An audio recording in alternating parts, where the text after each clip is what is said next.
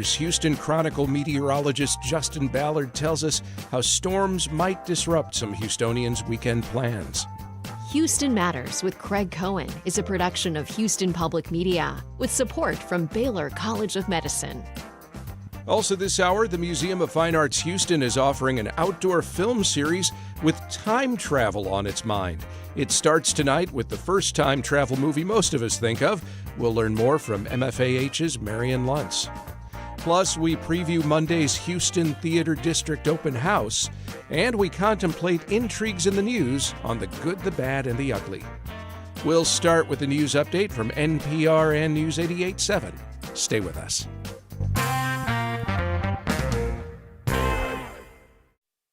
Live from NPR News in Washington, I'm Corva Coleman. Stocks opened sharply lower this morning after a weaker-than-expected jobs report. NPR's Scott Horsley reports the Dow Jones Industrial Average fell more than 800 points, or about 2%, in early trading. After an anemic year of hiring in 2025, policymakers had hoped for some stabilization in the job market, but a new report from the Labor Department shows continued weakness. U.S. employers cut 92,000 jobs last month, and revised figures show the economy also lost jobs in December. News of the softening job market comes at a time when Americans are already nervous about the high cost of living, and those concerns will likely be amplified by the U.S. war with Iran, which has triggered a sharp rise in energy prices. AAA says the average price of gasoline jumped another 7 cents overnight. At $3.32 a gallon, gasoline now costs 21 cents more than it did at this time last year. The price of diesel fuel is up 68 cents from a year ago. Scott Horsley, NPR News, Washington. The gains in energy prices are linked to oil supplies from the Persian Gulf. The war has brought nearly all shipping there to a halt, and that means European and Asian countries could find their supplies of crude oil and natural gas very tight. That includes India. Previously, the Trump administration had sanctioned India to get it to stop buying crude oil from Russia.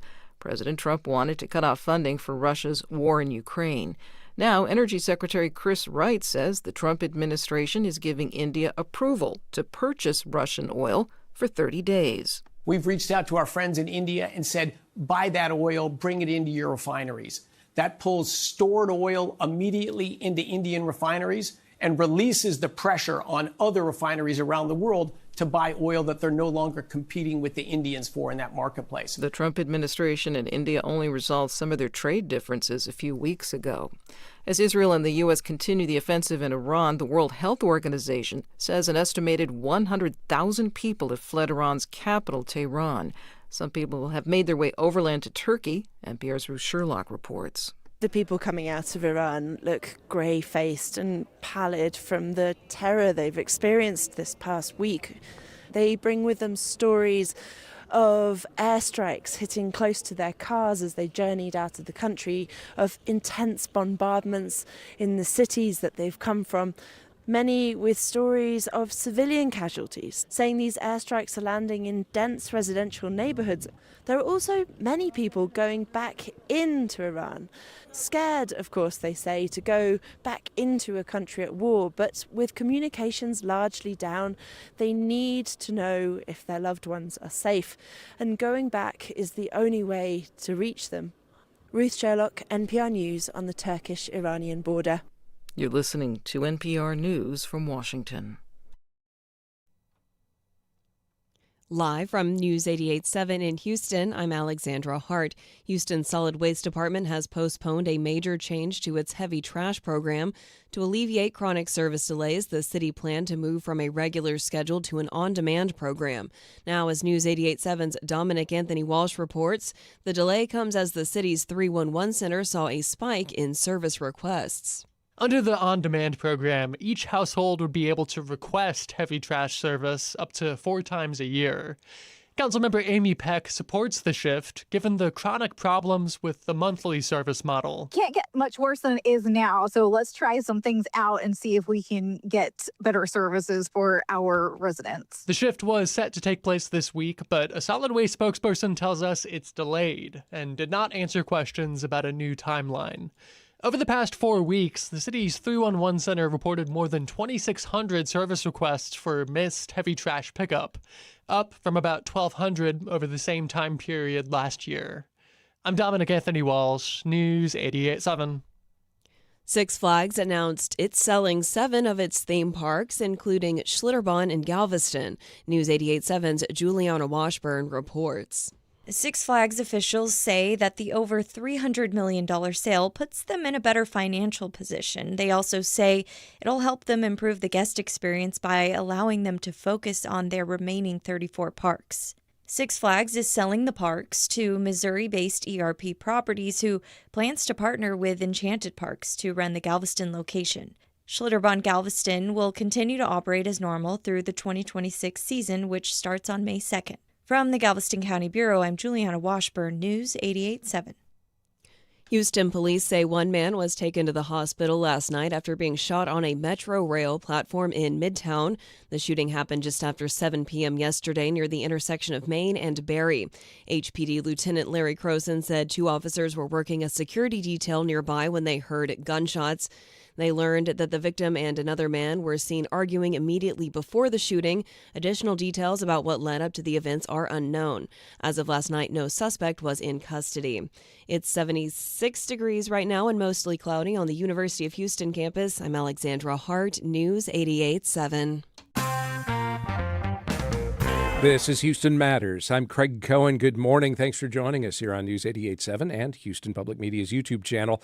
This hour, time travel movies, the good, the bad, and the ugly, and we preview the latest Theater District open house. First, though, it's spring break. Woohoo! Well, okay, that applies to some and not all. But it is the weekend when a lot of Houstonians make travel plans or head to the rodeo or gear up for other outdoor activities. And sure, it'd be nice if we had nothing but beautiful spring weather for the weekend. Alas, there is a likelihood of severe storms in the forecast this weekend, and it could put a damper on your plans. Justin Ballard is a meteorologist with the Houston Chronicle. On Thursday afternoon, he filled Houston Matters producer Mincho Jacob in on what you need to know about what the next 48 hours could bring. I think most areas through the day Friday will be rain-free, at least until about 2 or 3 p.m. And then that's when we start seeing that chance for at least a few scattered showers and storms. Now, I'm going to tell everyone, bring the umbrella, have it just in case, but also don't be surprised if you don't end up using it at all Friday. Because that chance for storms is a little higher west of Interstate 45 and then north of Interstate 10. So if you are listening in from, say, Conroe, the Woodlands, Brenham, that's where the chance for storms is perhaps a little bit higher than certainly Houston points south or east. Yeah. So if you're going to the rodeo on Friday night, you should be okay. You should be okay. I mean, don't be surprised if you have to duck in for a brief moment, but I don't think we've got any kind of severe weather Friday night to really contend with. So that's the good news if you've got rodeo plans. And now Saturday, we're looking at a little bit of a different picture. A little bit of a different picture. We do have the potential for some strong storms. So once those storms Friday north of Houston, so we're talking Dallas, Fort Worth, Texarkana, that area, once those storms get going Friday, they'll move towards the south as we get into the day on Saturday. A slightly different line and a slightly different atmospheric sort of setup, but certainly expecting the potential for maybe some damaging winds, possibly even a few brief sort of spin-up tornadoes. The kind of key difference between Saturday's storm chances here and Friday's storms near Dallas-Fort Worth is those storms initially on Friday will be developing in an environment that's completely untapped, meaning that they're able to really maximize the instability, and that does have that higher tornado potential. By the time they reach us on Saturday, that potential will mainly be the damaging wind aspect from that straight line winds.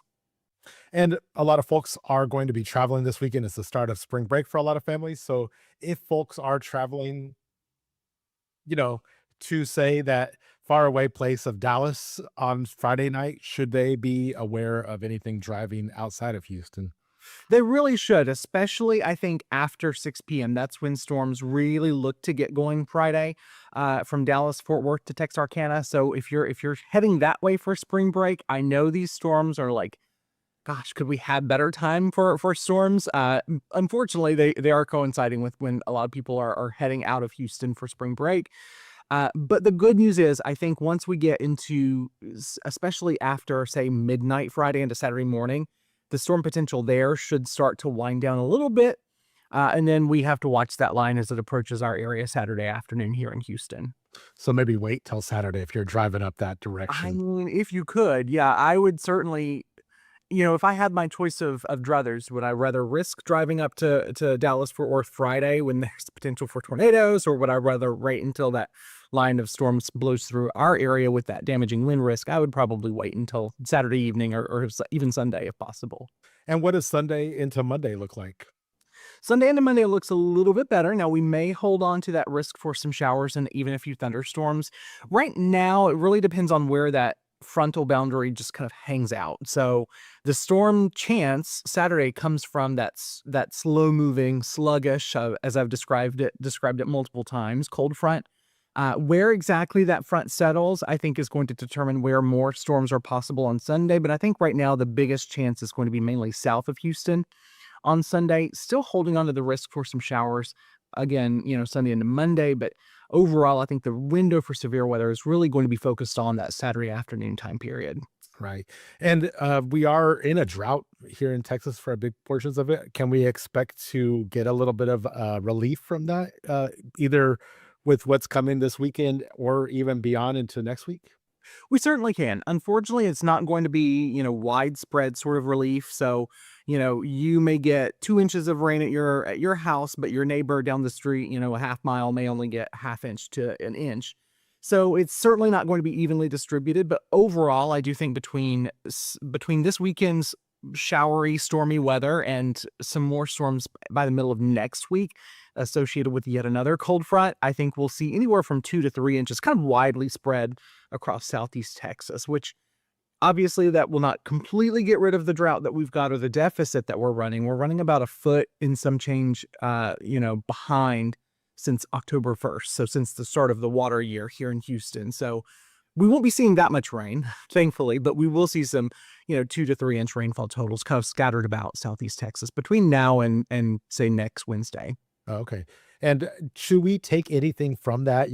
I sometimes see it's a dry spring. Is it going to be a dry summer, hot summer, or is it still too early to tell what long-term forecast might be ahead of us? Yeah, there definitely is some correlation there between, dry and warm sort of springs and dry, warm summers.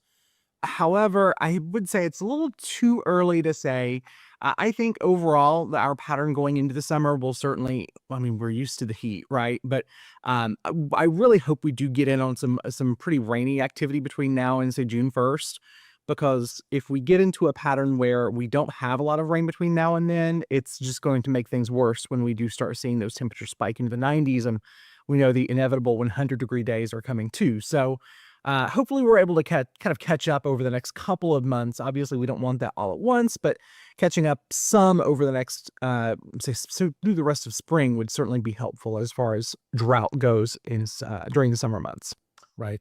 And is there, I guess, nobody wants to be talking about hurricane season or looking beyond, but is there any kind of prognosis yet that has been released looking at 2026? Yeah, so we're still probably about a month or so away from when Colorado State University releases their outlook. So they're kind of one of the earlier outlooks that are issued every year. The National Oceanic and Atmospheric Administration will release theirs, or NOAA, as we get into May. But there are certainly some tea leaves that that can kind of be read. One thing, right now we're in La Nina, which just to say very brief with this, La Nina is essentially the cooling of Eastern Pacific waters off the coast of South America. So that really does have a significant effect on hurricane season. For instance, it tends to promote hurricane development.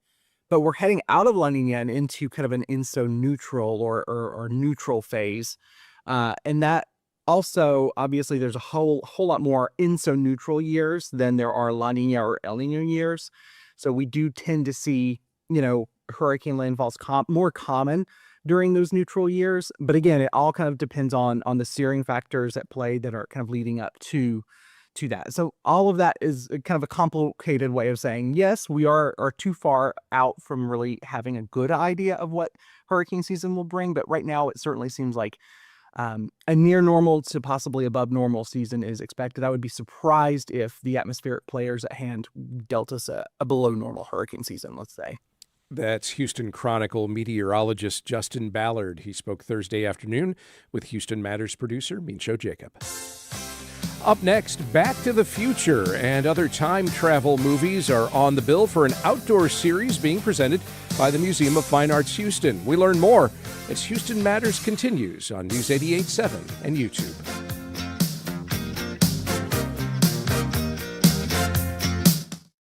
You count on Houston Public Media. That's why you're here right now. Take the next step and become a new member today. Every gift makes a difference. And with a gift of $5 a month or more, you'll receive PBS Passport, a member benefit that lets you stream more of the shows you love anytime. It only takes a minute to make a big difference. Join as a new member today at houstonpublicmedia.org/donate or call 800-364-8300. Tonight on Houston Public Media TV8, Great Performances presents the Andrea Bocelli 30th Anniversary Concert with Ed Sheeran, Brian May, John Batiste, and more. Tonight at 8 on TV8. Support for Houston Public Media comes from listeners like you and from Baylor College of Medicine. Baylor's work centers on advancing health and medicine through research, education, and patient care. This is Houston Matters. I'm Craig Cohen. Time travel is a popular plot device in movies, and when it's done right, moviegoers get a real kick out of it. After all, who hasn't been curious about what the distant future might look like, or what the world was like before you were born? And then, there are those time loop questions. If you could go back in time, would you change the present? Starting tonight, the Museum of Fine Arts Houston kicks off its outdoor film screening series Moonlight Movies with 3 films all about time travel. And yes, tonight's screening is the first one we thought of, too. Wait a minute, Doc. Are you telling me that you built a time machine out of a DeLorean? The way I see it, if you're gonna build a time machine into a car, why not do it with some style? Besides, the stainless steel construction made the flux dispersal. Look out!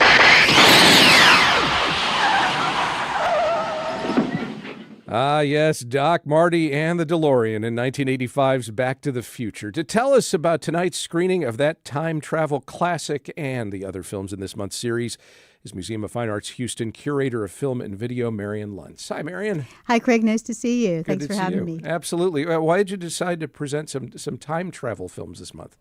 Well, the Moonlight Movies series is now in its 3rd edition, and we come up with a different theme every year, and we kind of pull some of the staff people who are involved and all arrived on time travel. And as you kind of imagine, we had many suggestions. Of course, Back to the Future was the big winner, but we wanted to just try to show movies that people are familiar with, but in a completely unique context. We are sitting outdoors on the sloping roof of the Glasgow School of Art. We have silent disco headsets that light up in colors, which is very cool to give that audio experience. We have themed cocktails, and we have free popcorn, and it's hopefully under the stars. Having just heard the weather report, I think that's the case for tonight. What do you find most intriguing about the concept of time travel as it's presented in film?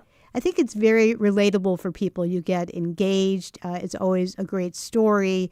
And maybe you think about what would happen in my personal experience if I went back a few decades or went forward a few decades. And of course, these are films that we've all seen in many different ways, and we've talked about the other ones as well. But seeing them this way with the crowd, I think, is a very wonderful movie-going experience. Famously, the screenwriter for Back to the Future first conceived that story while flipping through his dad's old high school yearbook and wondering what it would have been like to know his parents when they were young. How much of our interest in time travel, and specifically time travel in movies, is built around this idea of connecting with generations before, or in the case of films that send characters forward in time, generations after us? That's a great question. I think it's very relatable because it's escapist. We do want to know more about our ancestors, about what their experience of life was in the past. And then we kind of wonder what's coming up, especially if you have families with multiple generations. And it just is food for thought and also just very absorbing in storytelling. Some of it is also just about nostalgia. You think of when Back to the Future was released in 1985, the focus was on 50s nostalgia. It was a modern-day character thrust into the 1950s world that seemed so drastically different from the world of 1985. when we watch it now, Yeah. in 2026, 1985 seems like a world so far away from us now. Has that nostalgia shifted to the 80s, or is that even over at this point? Are we beyond that? I think people are always into nostalgia. It's funny when you talk to people of different generations about what they think were the good old days. That's what we say, among other things. But I think people are just pulled in by the story, also seeing this film that they may or may not have seen before with Michael J. Fox and Christopher Lloyd in those iconic roles, and the DeLoreans. I heard that when there was an anniversary screening of the movie last year, the DeLorean Club members showed up, and we haven't reached out to them, but maybe they'll show up tonight as well. On March 13th, you are screening a film that I saw in theaters on my 9th birthday, which I'm pretty sure I have not seen in its entirety since. And what I recall about Terry Gilliam's 1981 film Time Bandits is really just the basics. That there's a young boy, he's traveling through time alongside a band of adventuring little people. But let's first hear a monologue from the character Evil, played by David Warner, which reinforces this may not have been, strictly speaking, a movie made just for kids. God isn't interested in technology. He knows nothing of... God isn't interested in technology. He knows nothing of the potential of the microchip or the Silicon Revolution. Look how he spends his time. 43 species of parrots. Nipples for men. Slugs. Slugs! He created slugs. They can't hear, they can't speak, they can't operate machinery. I mean, are we not in the hands of a lunatic? If I were creating a world, I wouldn't mess about with butterflies and daffodils. I would have started with lasers. 8 o'clock, day one. Evil. The And character. you saw that at 9 years old. I huh? did on my 9th birthday. Yes. Nice. I can't say I understood a lot of it, but I remember enjoying it quite a bit, honestly. Again, that's the 1981 Terry Gilliam film Time Bandits, which will be screened March 13th as part of a time travel themed series in the Museum of Fine Arts Houston's Outdoor Moonlight Movies series. We are talking with curator of film and video Marian Luntz. As I said, this film was probably, when first released, marketed to kids. And maybe this is just an ongoing thing with Terry Gilliam's movies, but I'm not sure if it was ever really a kid's film. I imagine you've seen it more recently. Tell me. I have. And I would agree, although it's debatable what is appropriate for kids anymore. I do think that because there's a kid protagonist, that's one of the ways the marketing people would direct it. But, it's part of the Python diaspora, I would say. And so there's going to be things that are quirky, some things that are dark, familiar actors and characters in unusual roles. Sean Connery, for example. John Cleese, I think. Yes, makes an appearance in this, yeah. Michael Palin from Pythons also co-wrote it. And you just get absorbed in the story. And it is about the kid, but it's also about these other experiences and circumstances as they go through history and have different adventures. And it's a lot of fun. What do you see as Time Bandits' enduring contribution to the time travel movie trope? Oh, I think it's really just Gilliam's take. It is a trope that many directors have tackled, and there's eccentricity. There are amazing characters. There are unexpected things, such as that some of the band of characters are what we would call little people, or were probably called dwarfs at the time, and just very engaging and unexpected, and also talking about moments in history. Maybe it's a little bit of a history lesson as they go through, once you realize where they are. Are they with Napoleonic times or wherever else they travel to? The last film in this month's Moonlight Movies time travel series, screening on March 20th, is from 2004. It's 13 Going on 30, a romantic comedy starring Jennifer Garner, in which a 13-year-old girl makes a wish and finds herself 17 years in the future, now 30, with no memory of what she did in those intervening years. In this scene, she enlists a former classmate, played by Mark Ruffalo, to help her understand what she missed. Matt, was I a six chick? Oh, yeah. Matt, was I a six chick? Oh, yeah, you're pretty much a leader.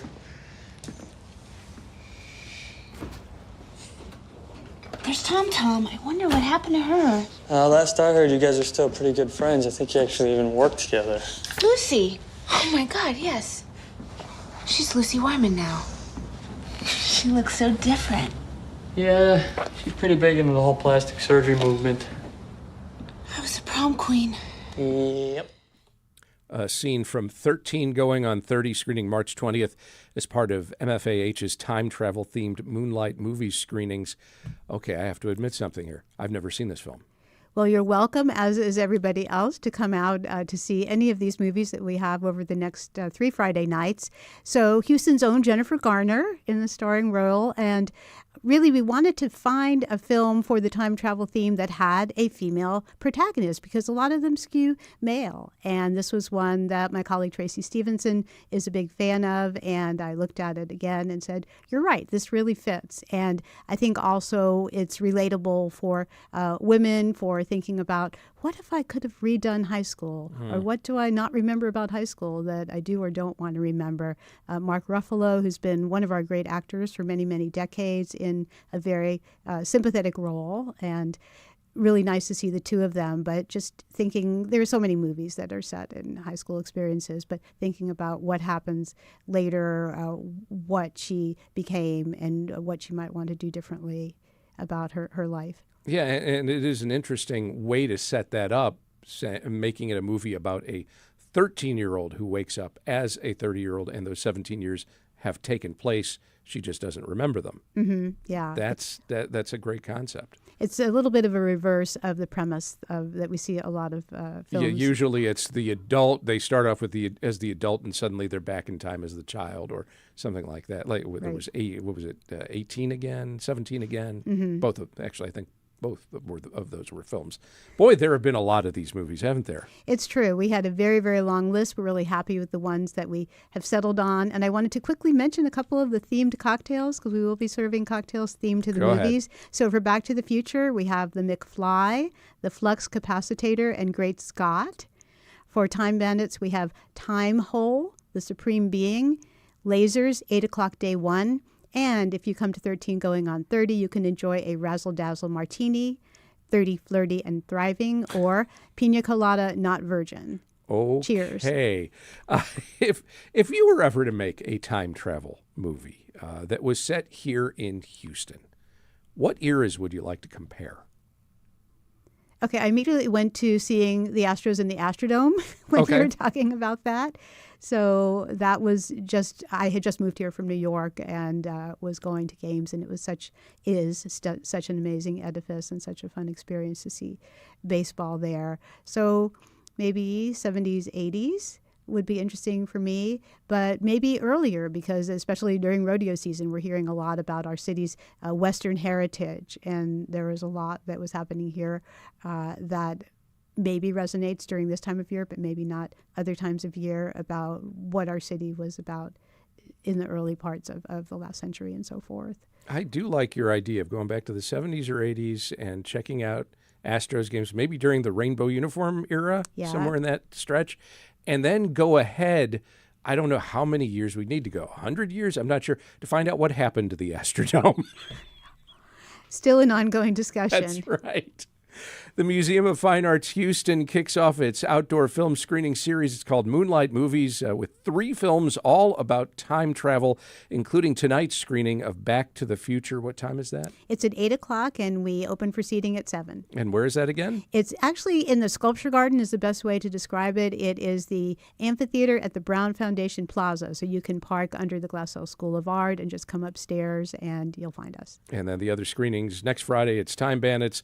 The Friday after that, 13 going on 30. There's more information at mfah.org. Marian Luntz is the curator of film and video at the Museum of Fine Arts Houston. Marian, thank you very much. Thanks. See you at the movies. And just ahead, the president says he'll soon endorse either John Cornyn or Ken Paxton in the GOP Senate runoff, and he wants the other one to then drop out, as opposed to, letting voters decide. This week's non-expert panel weighs in on the good, the bad, and the ugly as Houston Matters continues on News 88.7 and YouTube.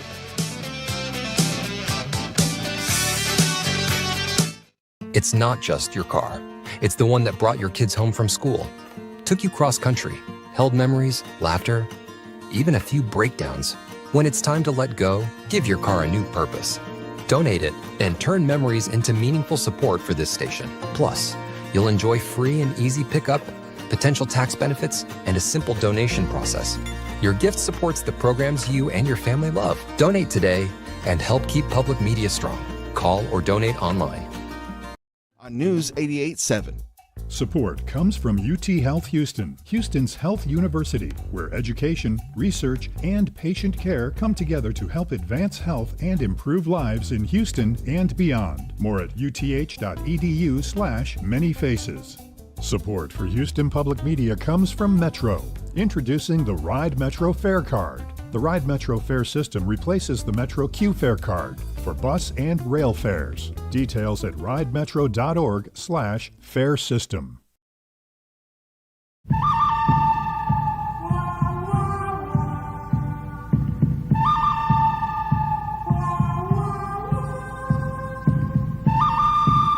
A lot can happen in a week, some of it good, some of it bad, some of it downright ugly. When faced with intriguing developments in the week's news, we turn to a rotating panel of non-experts to parse the good, the bad, and the ugly of it all.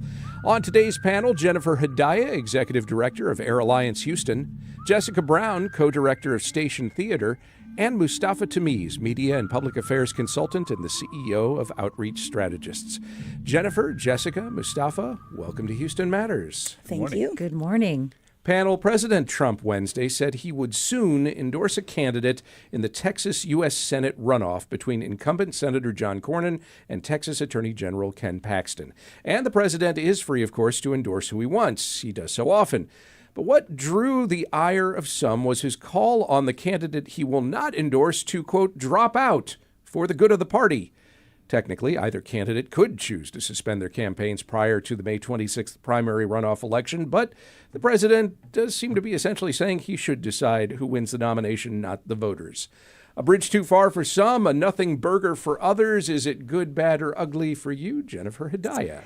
Well, candidates coordinating for the strongest possible election outcome is not unheard of. In fact, it's been a tried and true strategy now used by both sides of the aisle. I think of famously and effectively in the run-up to the 2020 election when the Democrat nominees coordinated to put forth their best candidate, who ultimately was Joe Biden. So I suppose what's different here is that the candidates aren't doing the coordinating themselves. Instead, a president is pressuring a candidate to do so. And it does appear to be working. I read this morning that Ken Paxton is seemingly publicly negotiating his possible dropout deal, which could affect federal public policy. So while I don't think it's a complete nothing burger simply for what it might say about election strategy and policy strategy, I do think ultimately the outcome of the Republican primary will be the same. And so for that, I will just say it's not good, bad, or ugly. I think it's just part of the political toolbox now that candidates are using, and I think the outcome will ultimately not be affected. Okay, good, bad, or ugly. Jessica Brown. You know, I think that Jennifer has some excellent points, and I agree with so much of what she says. The other things that I was thinking about is, you know, what would happen with the money at that point. Maybe more money would go behind whichever candidate is chosen. At least it would be easier probably with the fundraising.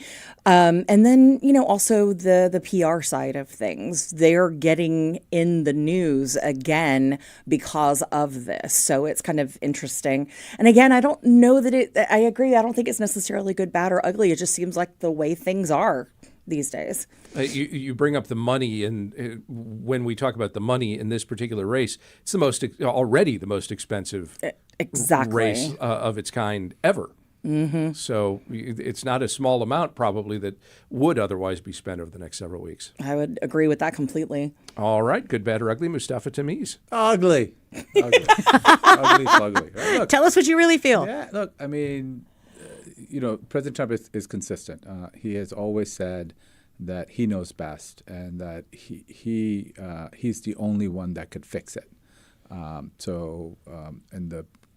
I guess the protests around him are the ones that are the king's protest, right? Meaning that's so he has basically said, I will decide who wins this primary. And he's also talking about, in Iran, he wants to pick the next leader of Iran. So this midterm election for people is going to be basically very simple, right?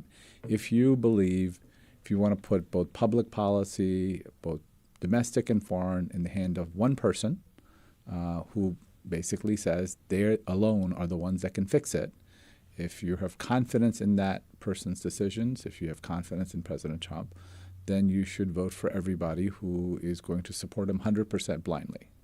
If you do not, if you're not sure, then the decision is pretty clear that up and down the ballot, you have to put people that are going to challenge that. Otherwise, we're no longer a democracy. We're basically, one person gets to decide every outcome of every election. If they don't like it, they're going to say that's not a fair election, whether it's here in this country or abroad. All right. As we move on to our next topic, Mustafa, I'll ask you to pull your microphone up towards you. I've got quite a bit there. Thank you. Panel, a Ramadan display was removed Monday at Spring Branch ISD's Bunker Hill Elementary School after the district concluded it was, quote, religious in nature. A spokesperson for the district told the Houston Chronicle a parent complained about the display set up by the PTA's Cultural Awareness Committee after it was shared online by the Harris County chapter of the conservative parental rights group Moms for Liberty.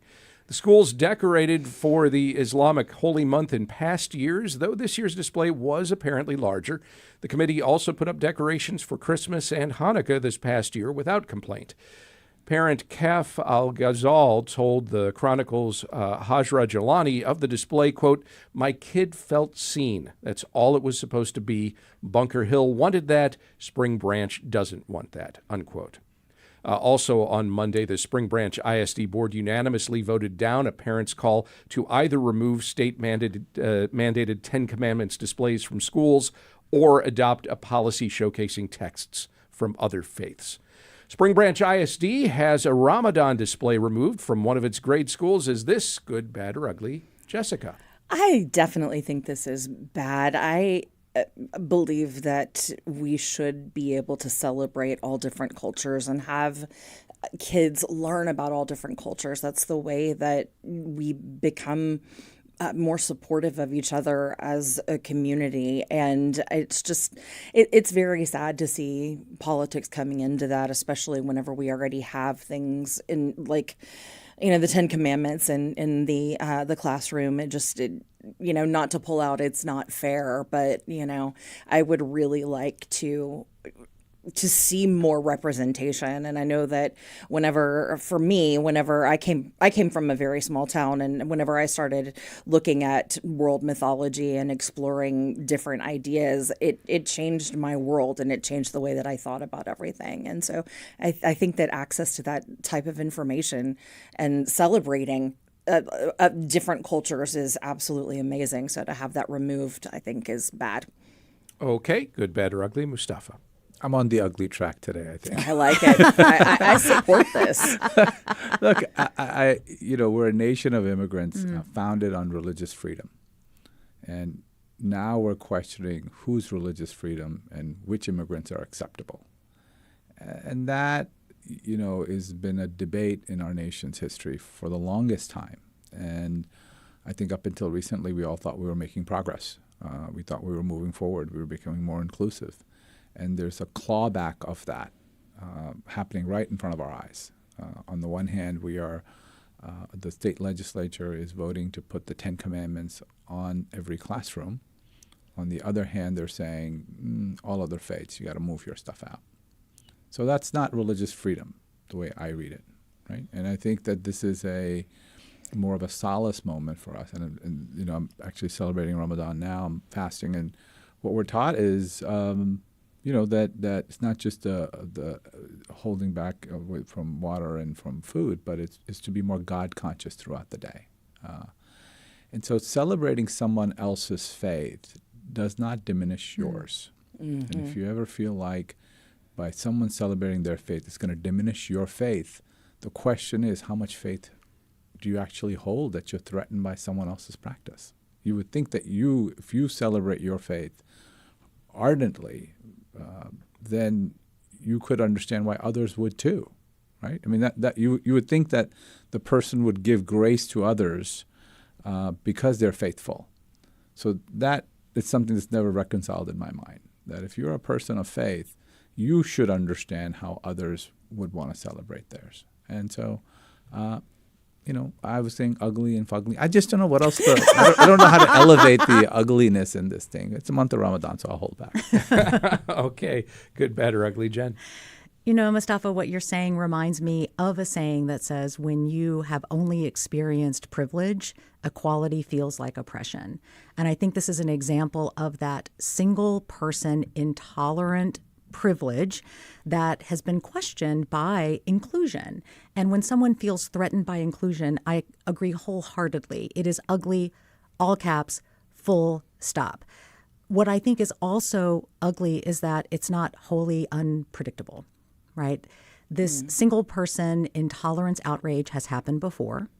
It will happen again, especially in the climate that our Texas legislature has created with its slew of bills in 2025 that I believe are outright trying to mandate a singular faith in public schools.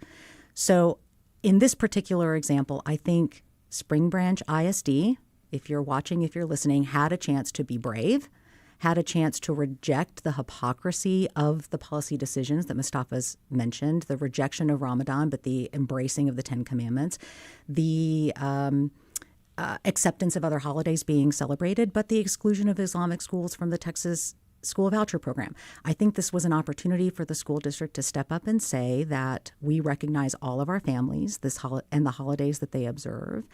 And the failure to do that is truly ugly. I'll end with another quote. To quote Bad Bunny, the only thing that is stronger than hate is love. And this was an opportunity to show that to their families. Finally, panel, the Houston Livestock Show and Rodeo is off to a strong start. That included Houston Public Media's live broadcast from there Thursday. It has not gone off entirely without a hitch. As Cron culture reporter Jamil David noted this week during the Rodeo Carnival's opening weekend, passengers aboard the ride the Titan got more than they bargained for when it continued to spin long after it should have concluded spinning. As shared on social media, all was fine at first, then the lights and music shut off, but the spinning did not. According to a rodeo spokesperson, a generator apparently glitched, leaving the riders in the air for 6 to 8 minutes. No one was injured. A carnival ride at the Houston Rodeo goes and goes and goes quite a bit longer than it was supposed to. Is this good, bad, or ugly, Mustafa? Good, bad, ugly. Man, I have grown up very tempted about these small carnivals, right? And I wanted to always go on the ride. My mother would clamp my hand going, no, not here, right? Now I realize why. But look, this is an accident. I think people should feel very comfortable about these rides. And you shouldn't let this experience make us just worry all the time, right? This is the rodeo does a very good job in these type of things. They're very conscious about it. So it's a freak accident. It's like but then we move on. Everybody was okay. Good, bad, or ugly, Jen? All right. I literally got butterflies in my stomach when I watched this video. Full disclosure, the one and only time I went on a Houston rodeo ride as an adult resulted in me staggering off afterwards to vomit in a trash can. So you had a good time. Clearly, yes. After I ate all the deep fried cheeses and Oreos and everything, but I've stayed completely clear of all parking lot amusement rides ever since, I will say. So for me, this is bad. Doesn't make me want to go and try it again. But I think for folks who enjoy the thrill of amusement parks and roller coasters and rides, it's actually quite great, right? I think this is the thrill. I think people are going to have a great time. Obviously, it's happened before, but it was a glitch. I understand there are quite a number of safety checks that are followed, but I have a feeling people who want that thrill, who want to dangle, who want to fall upside down and then throw up in a trash can are going to keep going. And I say good luck and Godspeed to you, but you won't catch me doing it. Okay, good, bad, or ugly, Jessica. No, this is just full out ugly. I mean, we're talking 6 to 8 minutes. But they were still screaming, "Yay!" I don't. Didn't cost them anything extra. They got a free ride. Extra ride time. Sure, absolutely. But just imagine, exactly what Jennifer just said happening. But, like 6 to 8 minutes. That's. No, that's absolutely insane. One of the things that I saw in that article that really, really bothered me, though, and it's something that I've actually been seeing a lot more of this year than I've seen in the past, is people saying, "Oh, well, we told you not to come. We told you not to visit Houston," and that really bothers me because this has a huge impact on the Houston economy as well as the entire scholarship program of the Houston Livestock Show and Rodeo. So that kind of idea really bothered me whenever I read that one quote. But no. 6 to 8 minutes of spinning up in the air. No, that feels like something out of like a horror movie to me. So I have this image in my head now. It's the three of you down on the ground. Mustafa's looking up and he's just shaking his head and rolling his eyes. Jen is staggering away, going, "I need a trash can." And you're down there yelling, "No, no, no." And you're all looking up at me going, "Wee! Yeah, this is awesome. Let's do this together." Wee! For 2-3 minutes, I would be okay. But I would hit a certain point and then I would be like, "I'm never doing this again, ever." So that feels a lot. I will take your seat then. Jennifer Hadayia is Executive Director of Air Alliance Houston. Jessica Brown is Co-Director of Station Theater. Mustafa Tameez is a media and public affairs consultant and the CEO of Outreach Strategists. Thank you all very much. Thank you, Thank Craig. you.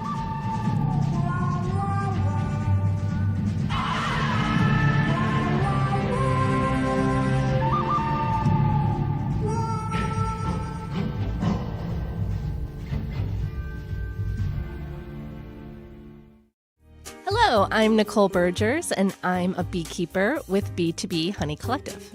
As a beekeeper, typically I help people in Houston learn how to beekeep. I install beehives in their yards or at their businesses, and I pay them visits. We'll go into a beehive, we'll smoke them and inspect them, check them, make sure they're healthy and doing well, and give them anything that they may need. Beekeepers use a smoker. Anything that can be burnt, I prefer burlap and pine needles. They put in a contraption with a bellows. It smokes the beehive. It will mask any pheromones that the bees are communicating to alarm each other that there is an intruder in the hive. And it keeps them calm, and it makes the inspection easy for the beekeeper. We'll open the lid of the hive and take a look at the different frames of honeycomb, inspect the bees to make sure that the queen is laying properly, that there are eggs in the hive, that they have enough food, and that their mood is good. So brood, food, and mood. The value that honeybees bring to a neighborhood is significant. A lot of people have beehives because they're gardeners. They bring a pollination to citrus trees and herbs and vegetables and flowers. So they make your neighborhood a beautiful place with the high yields of fruits and vegetables and flowers. And then as an added benefit, you also get surplus honey from those hives, and you can actually taste the essence of your neighborhood. And honey, out of any food made, has the most terroir, the most taste of a place. So you get what exactly your neighborhood tastes like, whether you're in the Heights or in Montrose or in Westbury. You get to taste what those neighborhoods are made out of, and it's a beautiful thing. I'm Nicole Bergers from Montrose, and you're listening to Houston Matters with Craig Cohen. The U.S. military is using... We know you value Houston Public Media. That's why you're watching right now. So take the next step and become a new member of the station you rely on. Every gift makes a difference. And what matters most right now is supporting the station that brings you the news and information you rely on. It only takes a minute to make a big difference.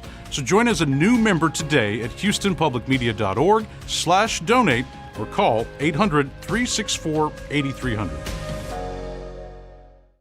Insurance Company, a workers' compensation provider committed to handling claims to help injured workers get back to work. More at texasmutual.com/mutual care. Houston Matters with Craig Cohen is made possible in part by Ellen Benninghoven and Dr. Michael Schaefer, and with gifts from listeners like you. As I mentioned earlier, spring break's about to begin for a lot of students in the Houston area. On Monday, Houston's Theater District is inviting families to enjoy live performances during its Theater District Open House. Here to tell us more is Meg Booth, CEO of Performing Arts Houston and chair of the Houston Theater District. Hi, Meg. Hello. Thanks for having me here. So this is Monday from 11 a.m. to 4 p.m. Yes, it is. What exactly is happening? Well, it aligns with 19 ISD spring breaks. So it is Monday, but it is a day that all of the theaters in the theater district and the 8 organizations that are home to the theater district throw open their doors and have programming in all of the spaces. So it is an opportunity to explore, to look at all of the different seats, look at the theaters, find your spotlight on stage at Jones Hall, practice combat with the Alley Theater, see some excerpts of Sleeping Beauty at the ballet. And in Lynn Wyatt Square, we have Alvin Ailey, who is going to lead a Revelations workshop for everybody in the square. And it's all free. Wow. Houston's Theater District's been doing open houses like this going back to the early 90s. Yes. But the concept of what it actually is, what you end up doing, has changed quite a bit over the years. It has. It has. We used to do it in August, and it is hot in August to walk around a theater district. And when COVID hit, we actually had to put it on the brakes for a little while. And when we brought it back, accessibility became really the focus. These theaters, Jones Hall and the Wortham, and actually the Hobby Center are owned by the City of Houston. And they're managed by the Hobby Center for the Performing Arts or for Houston First, but they are brought to life by 8 different organizations. And when we did it in August, which was right as the season was kicking off, it kind of turned into a sales event, like come on down to the theater district and get discounts on performances for the entire season. But now when we relaunched it, what we really want to do is showcase that these are city-owned spaces that are available and welcoming to every single person that lives in Houston. So Theater District Open House, we have programs in English and in Spanish. All of the spaces are open. People are welcome to feel as though these spaces are as comfortable as their own living room. We have quiet spaces in each of the theaters this time. And it's really about programming and exposure to the arts. We are so fortunate in Houston to have an extraordinary cultural sector and many producing organizations, many presenting organizations. And exposure to the arts can improve your well-being, improves education. It is an absolute economic driver. And so the relaunch of it, which was just last year, was really about the impact of the arts in our lives and that arts should be and are accessible to all, and all are welcome. Is it about this one day's exposure, or is it about maybe these are some folks, maybe you can get folks to turn out who otherwise might never come see a show, and then once they've been there, maybe you can get them through the door to see something down the road? Some of these spaces can be intimidating to some. And so the idea is, if this is your first time, this is the day you want to come because parking is going to be discounted. You're not going to have a curtain that you have to rush to, and you can come in late to any of the programming or show up anytime. If you have a stroller, if you turn the wrong way, it's all right. It's about a day of exploring because the second time you do something, you have a greater comfort level with it. But it really is just a day to come down with your family. You might be on spring break. You might work downtown and want to take your lunch break. Or you might work downtown and want to bump off early for about 2 hours because at 3 o'clock, we're going to have a full concert by the Houston Symphony in Jones Hall, completely free with music by John Williams, Mozart, and more. It's a great day to explore with no pressure and learn a little bit more about the 8 terrific organizations that bring the theater district to life. What is it about having those organizations together in the same geographic space that you see as valuable? We have about 20,000 theater seats in the theater district, and many people say that is the highest concentration of theater districts in one geographic area outside of New York City. We are very, very fortunate. There are also, I think, only 5 cities in the United States that have a professional opera, ballet, and symphony.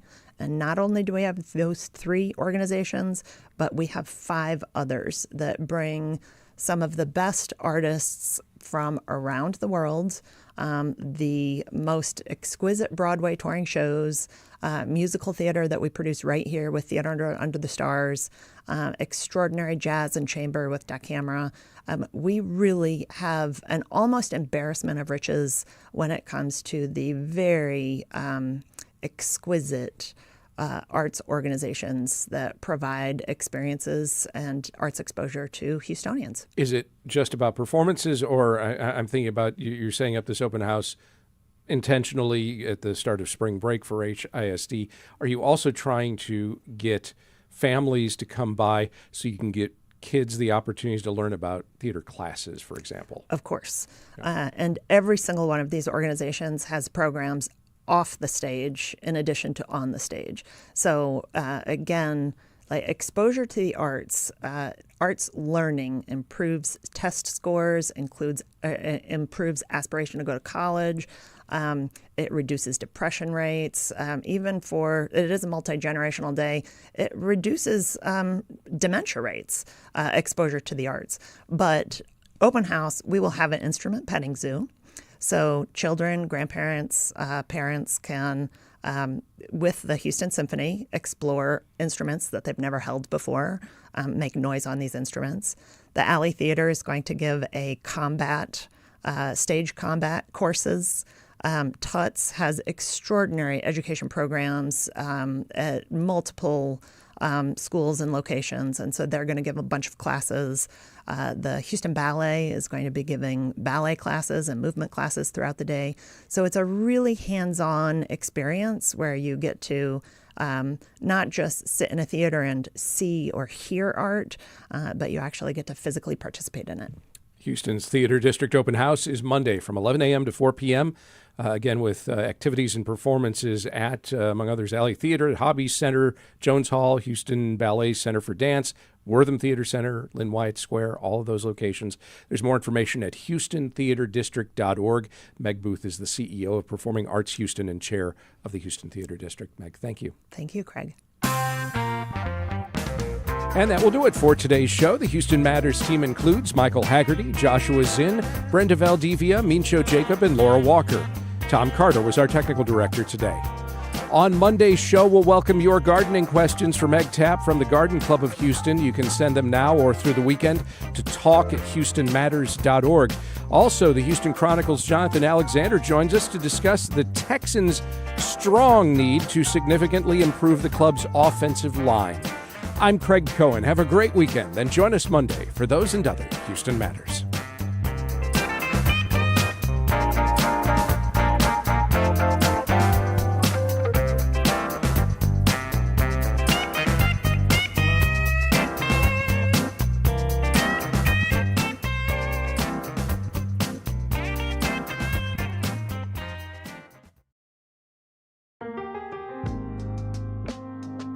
Your support for Houston Public Media powers the programs you trust and rely on.